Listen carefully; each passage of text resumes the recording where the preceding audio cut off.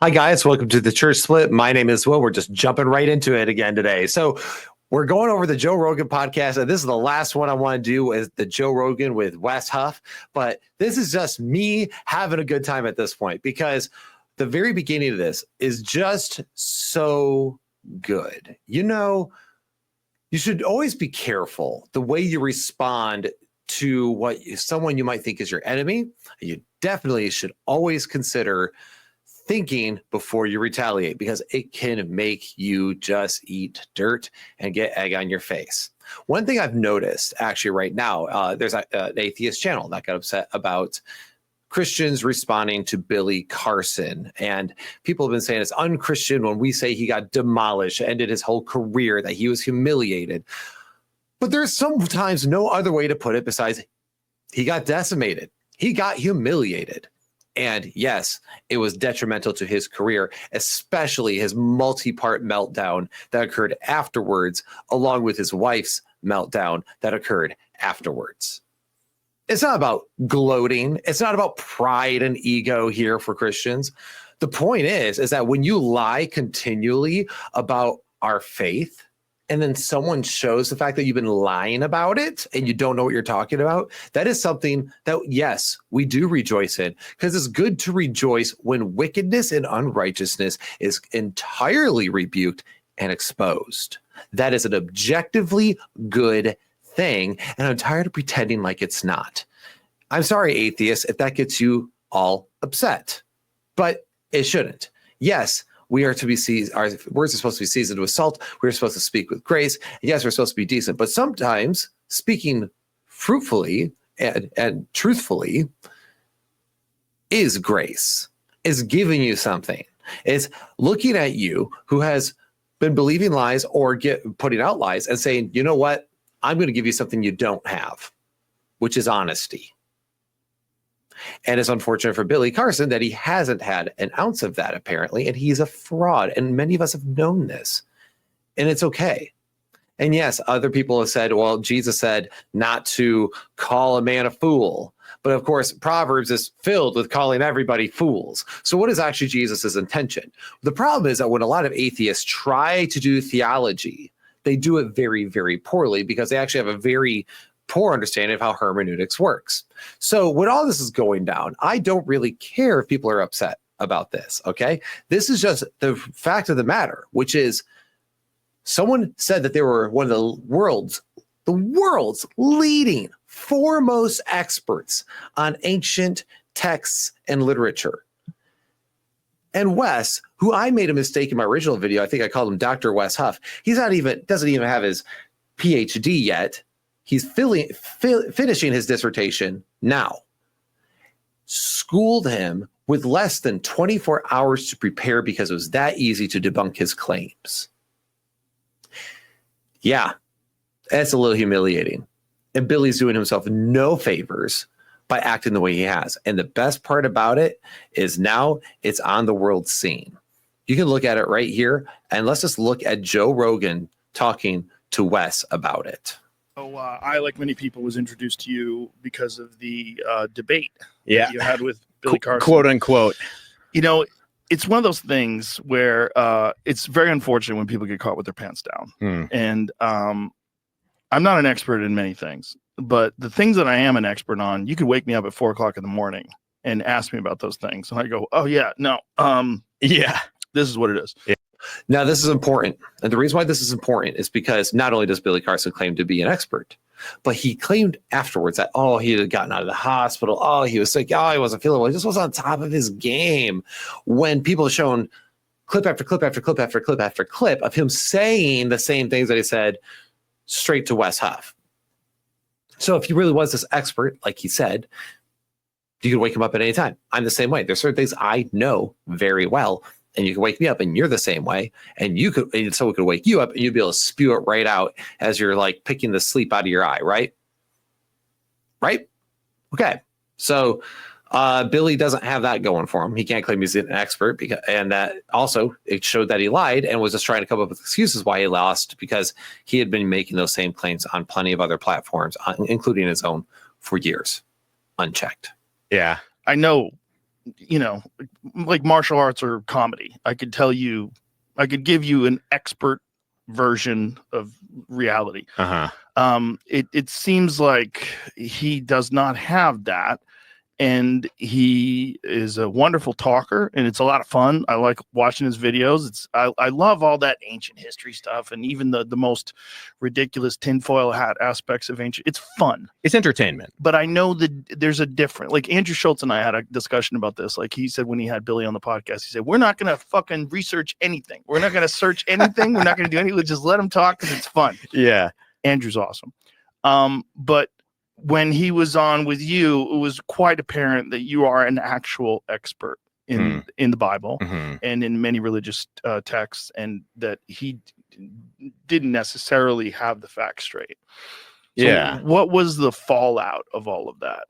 Now, this is actually really interesting as well, because as he said that a lot of people just kind of let him talk. Like, I mean, Andrew right there is just like, no, we're not going to research anything. We're just going to let him talk because it's fun.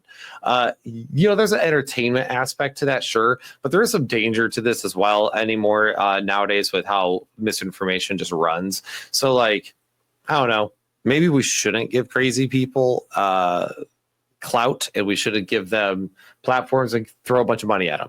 Just a thought. Just a thought. Now let's listen to the fallout, because if you are not caught up to speed on this,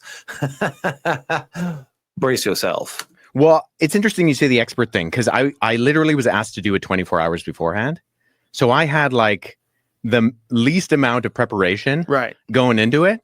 And I was okay with that because I'd listened to Billy Carson. Well, and I listened to the stuff he'd said. So I knew enough about the ways that he'd articulated things about the ancient Near East and the Bible and Christianity to know enough that his level is pretty surface.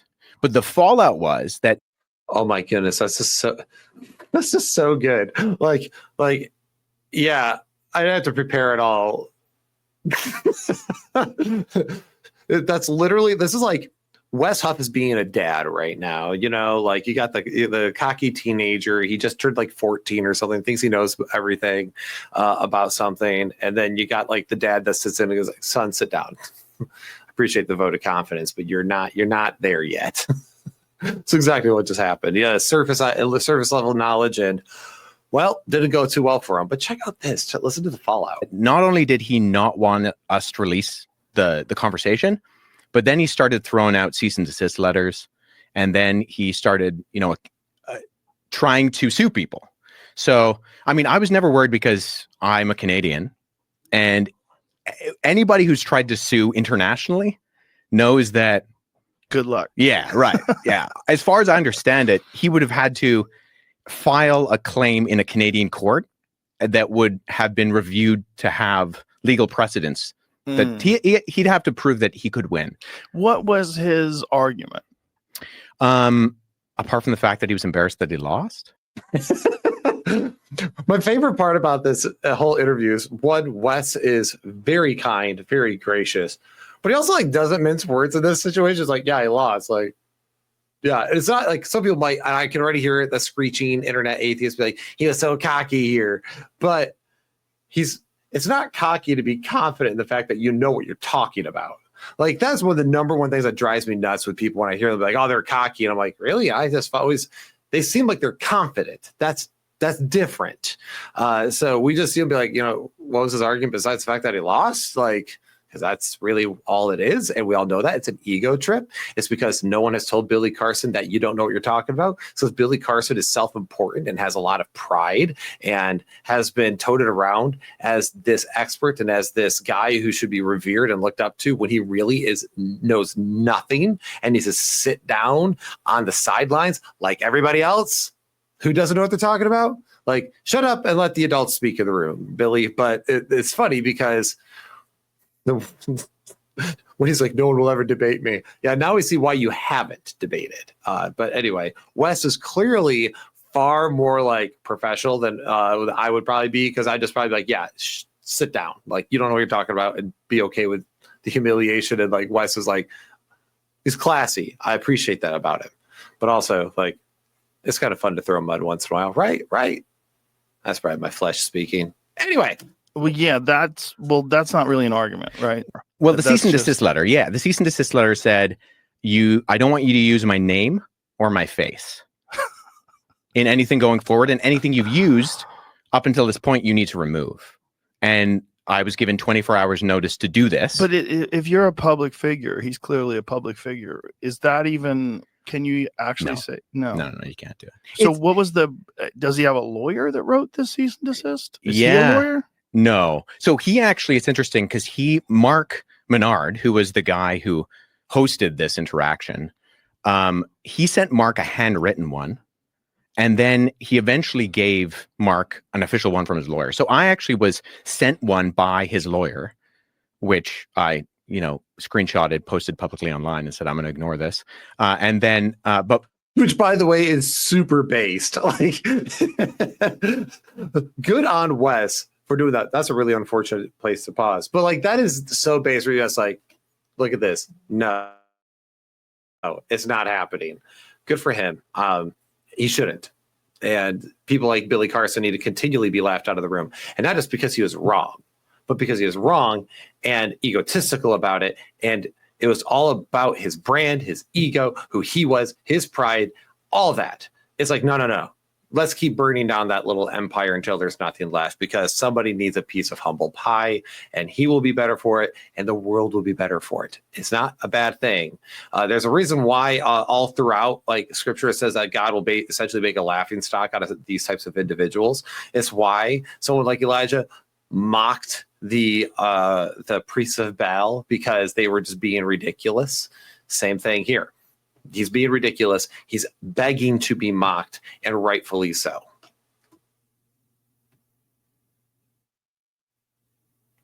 He'd sent Mark, who was the podcast host, as far as I'm aware, numerous cease and desists, and Anton, who was the media manager. He'd sent a number of cease and desists. It's unfortunate. It is unfortunate.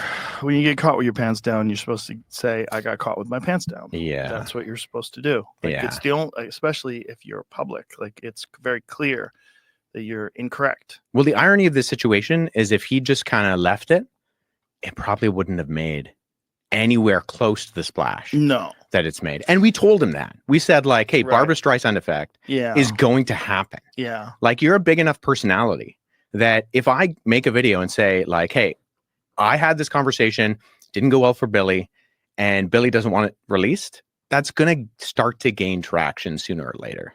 Yeah. It's, Yeah, because it becomes the forbidden fruit in the room, right? Oh, don't release the content. Oh, what happened over there then? Yeah, I mean, you just sent smoke signals to everyone around you to go look at your, like, burnt corpse after you just got roasted, right? So it is amazing, but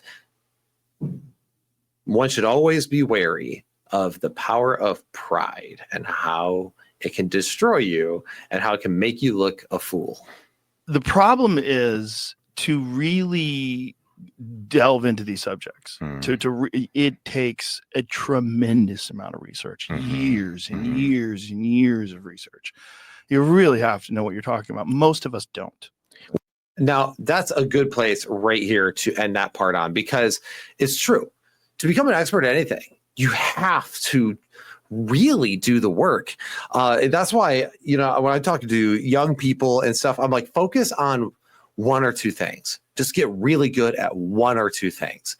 And it can be hard because young people, like everyone else, they want to do sports because that's fun. I want to do music or art because that's fun. Oh, I also want to, like, learn a skill because that's useful. But the reality is you can't do all those things. So you have 24 hours in a day, 7 days a week, and plenty of other obligations. So pick one or two things. This is actually something that made me realize I had too many irons in the fire. I was pursuing stuff in music because I just love doing music. I love playing the violin, and I love doing that sort of thing. But then I love sign language, and I was, like, pursuing that sort of stuff. And then I was also pursuing, theology and that, apologetics, and then pastoral ministry. And I realized too, like, I can't be an expert in all this stuff. I can't be good at all this stuff. I'm just being mediocre at all this stuff. So the question is, are you going to narrow that down? Well, to become an expert, you have to do like what Wes does, and we'll listen to the entire interview. You get a real impression of that. Not only is Wes an expert, but the grueling amount of time it takes to get where he's at and to do what he does. And that's with everybody in any field. So just consider that. The point is that Billy Carson's nightmare just happened. As he was trying to silence it, it skyrocketed Wes into superstardom to now be on the Joe Rogan podcast and more. I'm sure plenty of people are going to be reaching out. He said he's been flooded with emails. I mean, he's blown up. And that's a good thing for, one, his career, also the ministry of which he is a part of. All this, it's like all positives for him, because this means probably more funding. It means more people being aware of your work, all the things, but also means that he is going to be able to travel more and be able to speak more and be able to do this sort of thing more often. But none of that would have happened if Billy Carson would have just taken the L and moved on. But of course, we can't do that because that's how the world is and that's how we tend to be. And so I just want that to be a warning to everyone. Careful of your pride, but also, dang, it was so good. I mean, sometimes you're just watching a dumpster fire and it just feels good to pour a cup of coffee and go, yep, you brought that on yourself there, buddy. And it wouldn't be so bad if there wasn't such an arrogant spirit that Billy had communicated these things continually in the past. He went on the offense. I covered this already in a short video on the channel. You go check that out. Anyhow, guys, this has been awesome. It's been so fun to watch. I'm excited to see what Wes is going to do next, because it's just crazy. This guy just pops out of nowhere and crushes Billy Carson. Then I found other videos of his where I'm like, oh yeah, we disagree theologically. That's not true. And I don't think that was very well done. But then, gosh dang, he pulls me back again, because he is very good at what he does. When I'm like, here's the thing also people need to realize. He's a textual expert, which means he's not a theologian.